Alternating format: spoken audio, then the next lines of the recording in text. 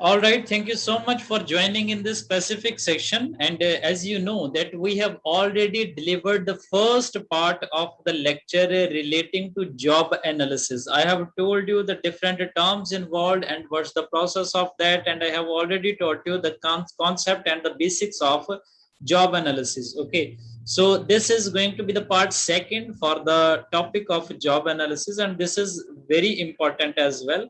So I'm just going to give you the brief description of what we are going to cover in this specific lecture.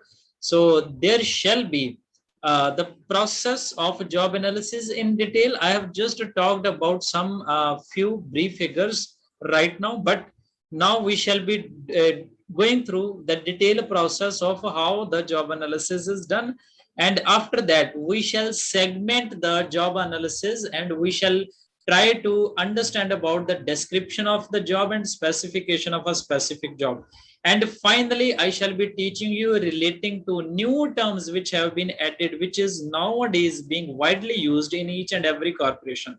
So these three things, like the detailed process of how the job analysis is done, and secondly, the second question shall be what are the segmentation of a job analysis? This is job description and specification.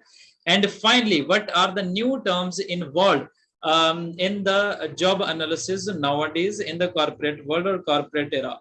So this is the detail regarding each and everything. And I genuinely believe that you have already gone through all the lectures of today, and only after going through from those you are watching this video lecture. Okay, the reason is the human resources management is a step-wise step system. Okay, if you understand the first one, like recruitment, only then you shall be able to understand selection, then only you shall be able to understand about interviews.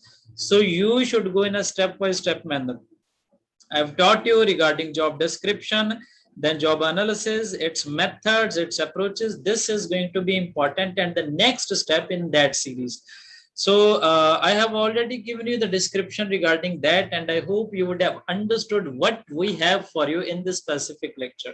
Now I'm just going to share the screen so that everything is visible to you, and you have to be very careful regarding each and every term being used by me in this specific lecture. So this is the screen. Let me open the system so that each and everything is visible to you. So now I share you with this. All right, now I have shared the screen with you, and I hope everything is visible to you so you can see what we have prepared for you in this specific lecture. So in the last video, we have talked about what is job analysis and how this is done. Okay. So we have already talked about different methods. Okay, I gave you the definition of that, and most importantly, we talked about the different terms which are related to the job. Okay, the specific word job, I taught you a lot of things, like what is the meaning of a task, what is the meaning of a duty, what is the meaning of a position, and number of things as well. So in this video lecture, what we are going to talk about for job analysis, okay, for making a single job analysis, we have to go through from a series of steps, okay, and those steps in combination makes the process of job analysis, and this is also very important to go through.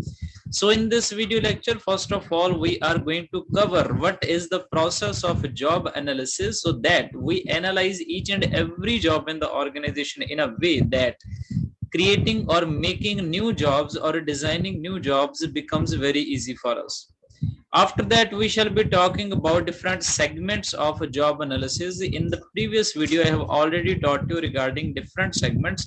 I taught you that job analysis can further be subdivided into two parts. The first was job description and second was job specification. And job description deals with whatever the contents of job are. Okay, but the job specification deals with what are the human resources requirement or specifications must be there for a proper job analysis. So now I'm just going to share what we have to go through in the process of job analysis. Okay, regarding meaning and definition, I'm not going to going right now, because the only reason is we have already understood in the previous video, and I have already taught you that in this particular day maybe we have to take a number of lectures, like 6 to 7 lectures for paper 2 only. And if you have understood the previous video only, then you are supposed to open this particular video and you have to see this only, then you shall be able to understand the concept regarding process of job analysis. So for job analysis, what we have to do, first step of job analysis is organizational job analysis. First of all, we have to see that in an organization, how many different jobs are being performed. How many jobs are there? How many jobs are there? So first of all, you have to list all those jobs. You have to prepare the list of all those jobs.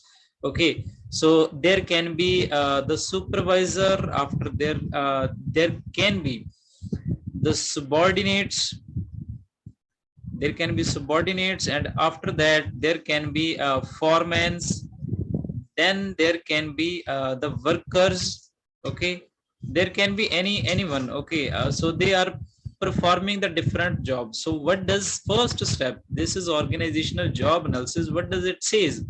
It simply says that you have to take all of the jobs and you have to make their list, so that you can easily find out which job is to be analyzed firstly.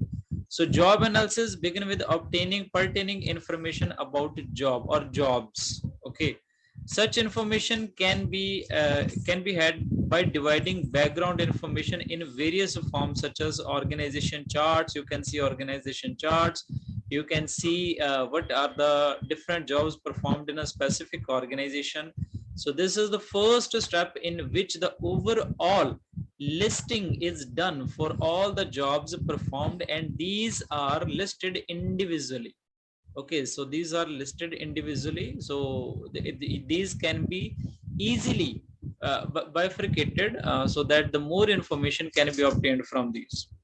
So the next step is going to be selecting a representative jobs, and it is always the possibility that there are more than 10 or 12 jobs performed in a specific organization, and these can be any number, like these can be more than 100 as well. In an organization, maybe there are 100 jobs performed on daily basis, and sometimes the organization do not want to make the analysis of job those, so they just have to select only the important one and a representative jobs, so that they can be analyzed, instead of wasting their time to analyze all those jobs being performed in the organization. They just select the representative jobs for which the analysis is to be made. So this is called selecting representative jobs for analysis. Okay, because all jobs are both costly. Analyzing all jobs is costly and time consuming as well. So that's why you have to select only those jobs which are relevant right now. So first you have to create the list of all the jobs, and secondly you have to select the representative jobs for analysis. And the third point is most important, collection of data analysis for job analysis. Okay, of the collection of data for job analysis. And we have already studied this particular topic in the previous lecture, if you have gone through from that as well. So what is the collection of data analysis? I told you different methods, like observation is there. After that, I taught you regarding critical incident method. Okay, incident method. Then I taught you about interviews, and I have already taught you about after interview I taught you about questionnaire, and these were all the method for collecting the data for making the analysis of a particular job. In this step, job features job data features of job required qualification of employee are collected. Okay, whatever the things are needed for making the job analysis, these are collected. These are collected by different methods like questionnaire, observation, interviews, and this topic we have already covered in the previous video. So right now I have taught you about 3 steps of process of data analysis. First we did organizational job analysis, then we selected some of the jobs for analysis. After that I have taught you regarding how the data is collected for efficient kind of a job analysis. Then this is job description. After that you have to make the job description. Okay, job description. What is job description? It deals with whatever the contents and the duties are going to be performed for a specific job. When you list all the duties, all the contents of a specific job, and then that list ultimately makes up to or this is known as a job description. So the job information collected in the above way is now used to prepare a job description. Job description is a written statement that describes the tasks, the duties, the responsibilities that need to be discharged for effective job performance. So I have told you many times that the job analysis is bifurcated into 2 parts. The first is job description and the second one is job specification. So what is job description? When you list all the contents and duties regarding a specific job or position, then this list is known as a job description. And then next is the preparation of a job specification. Whatever the human skills, human knowledge, human efficiency is required, making the list of all these is known as a job specification. Okay, so what is this? This is a written statement that specifies the personal qualities, traits, skills, qualification, aptitude required to effectively perform a job. So this is called a job specification, in which this is very easy concept I must tell you. So it's just list all the human specification necessary for performing a specific job. So this was, I think, the 6th step, and the last one is a segment. I think that's much more than over. These points were there. Now I'm just going to tell you what is the complete job analysis process is. It is divided into 6 parts actually. The first is organizational job analysis. First of all, you list all the jobs individually being performed in the organization so that you can select from these the best and efficient jobs and the most important jobs. And the second, we have talked about selecting the representative job. It's very difficult to analyze all the jobs being performed in the organization. So what you do, you just select the representative jobs which are very much necessary to be analyzed right now. And after you have selecting those jobs, you just collect the data for job analysis. And for collecting, there are different methods which I have already taught you in the previous video lecture. And then you just prepare the job description. Job description is the content relating to job. It lists all the tasks, duties, and responsibilities necessary to be performed for effective job performance. Then we have to list the job specifications, which is a human resources related needs. These should be there to perform the efficient jobs. So this was the complete detail regarding what the process of job analysis is. I hope you would have understood this completely. It was not that much difficult that you cannot comprehend this by merely going 1 or 2 readings and 1 or 2 times from the recorded lecture. Now we have to understand about the segments of the job analysis, and these are very important as well, because I think 3 or 4 times the question regarding segments of job analysis has been asked. So there are only 2 segments, and it's not the first or second time. Number of times I have told you that job analysis can be further bifurcated into 2 parts. This is a job analysis, and this can be divided into job description and job specification. Okay, not just going to in very much detail, because number of times we have gone through. Job description just deals with the content of the job, like duties, tasks, position, or anything performed related to job. And the job specification relates to human resources related specifications like skills, efficiency, knowledge which are required to perform a specific job. So this is job description and job specification. Now whatever is covered in the job description and the job specifications, we have to go through individually. Now I'm just going to tell you about job description and what are the different contents of a job which are included in the job description. So this is a job description. Okay, job description is done for fulfillment of the following purposes.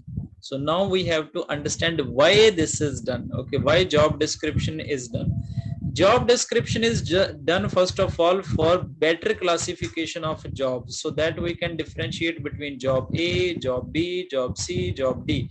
We can do this only if we know the contents of a different job. This is why the job description is done. Then for better placement and orientation of new employees, this is done. Okay, because they have to be placed in the organization on the basis of the contents of the job. Then for promotions and transfer, this is very much necessary, because if you know the content only, then you can you can realize the suitability, or you can get to know the suitability of different persons at a different places.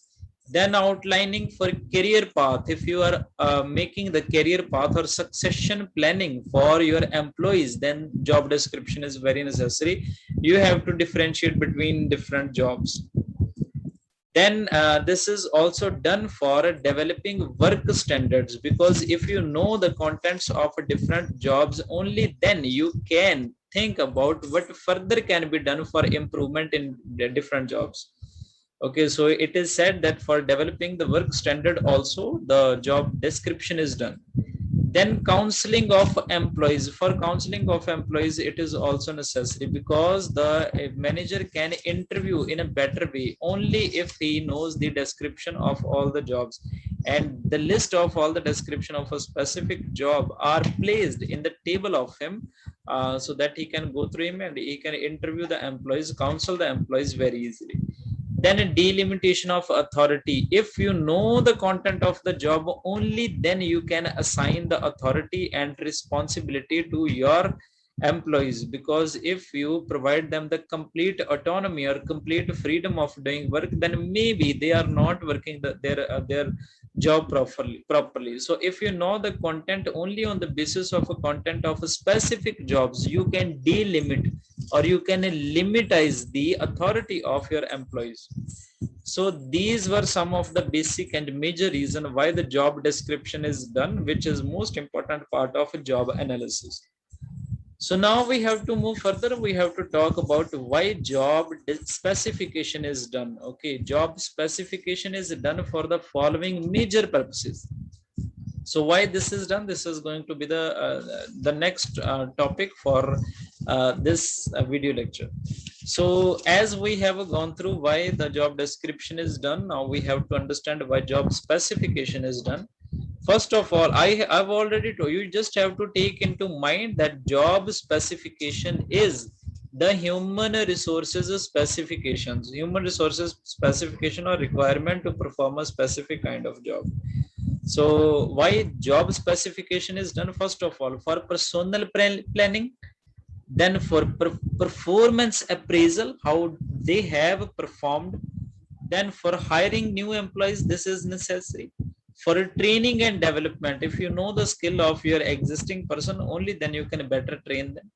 For job evaluation and compensation, also this is done. For if you know how much the job is worth, okay, you can calculate the worth of a job if you know regarding job specification. Okay, so these are the following main purposes why the job description and specification is done. Job specification is done on also for health and safety purposes, for creating the discipline in the employees, for making the best kind of working schedule and career path or succession planning, which was also the part of job description. So for these purposes, it is being done. Why I am stressing upon job description and job specification? You could also go through from these by one or two reading, but my purpose is just for the reason that 3 or 4 times the question regarding job analysis has been asked in the examination, and you must know each and everything required for answering those questions. So this is the reason why we have included this completely. So job specification is done for these purposes and job description is done for these purposes that you have to go through. Now I believe that we have already understood completely about what the process of job analysis is and what the segments are job analysis are. Now there are some new terms involved in the job analysis on the basis of contemporary studies which we have to understand. Okay, so these are new terms I'm going to teach you. Okay, each individual term can be asked in the examination. So what are these? The first is telecommuting. First is telecommuting. This is very simple. Nowadays this is being practiced in almost all the countries. Okay, this is just working at any place. Like work from home is the new terminology nowadays. Work from home. Okay, when you are working from home or anywhere, if there are 50 employees, they are working from home and they are reporting via online. Okay, via online. It can be via email, it can be via email, online conferencing, Zoom meetings, or anything like Google Meet or anything. If the people are working from at any place, okay, from any place, but they are reporting to the communication or higher authorities via online, this is known as a telecommuting.